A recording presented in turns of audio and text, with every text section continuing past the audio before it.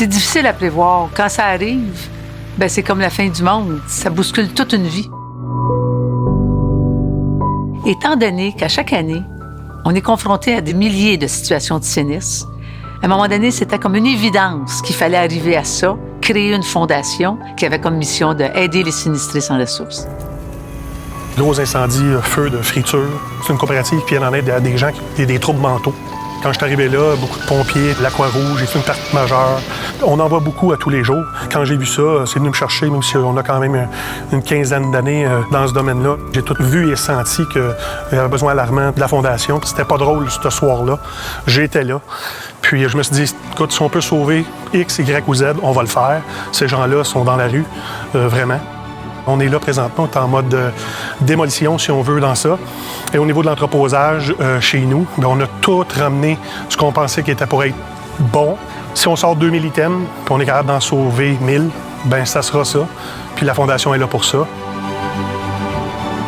Sans la Fondation Gus, ce soir-là, les gens auraient tout perdu.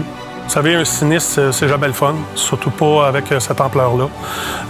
Mais juste de savoir qu'on est là pour les soutenir, les gens, ça les a fait un petit moment de bonheur et ils ont apprécié grandement. Une famille de 6, en plein hiver, un gros incendie, ils ont tout perdu, ils ne savaient pas où aller. Donc, la Fondation Gus nous a appelés pour qu'on puisse leur trouver un logement temporaire pour qu'ils puissent souffler, pour qu'ils puissent avoir le temps de se revirer de bord. Donc, la Fondation Gus les a pris en charge.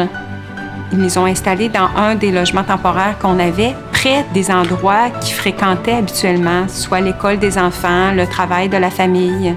Donc, la Fondation Gus a été là pour les aider dans la relocalisation. Ils ont aussi été là, étant donné qu'ils avaient tout perdu, pour leur apporter du soutien, autant dans les vêtements que dans la nourriture au début. La famille était extrêmement contente, très, très, très reconnaissante. Du début à la fin, à chaque fois qu'on allait, ils nous offraient le thé.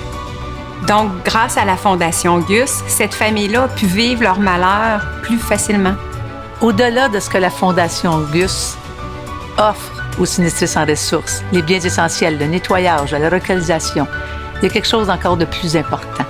C'est que la Fondation Gus leur donne la force de continuer.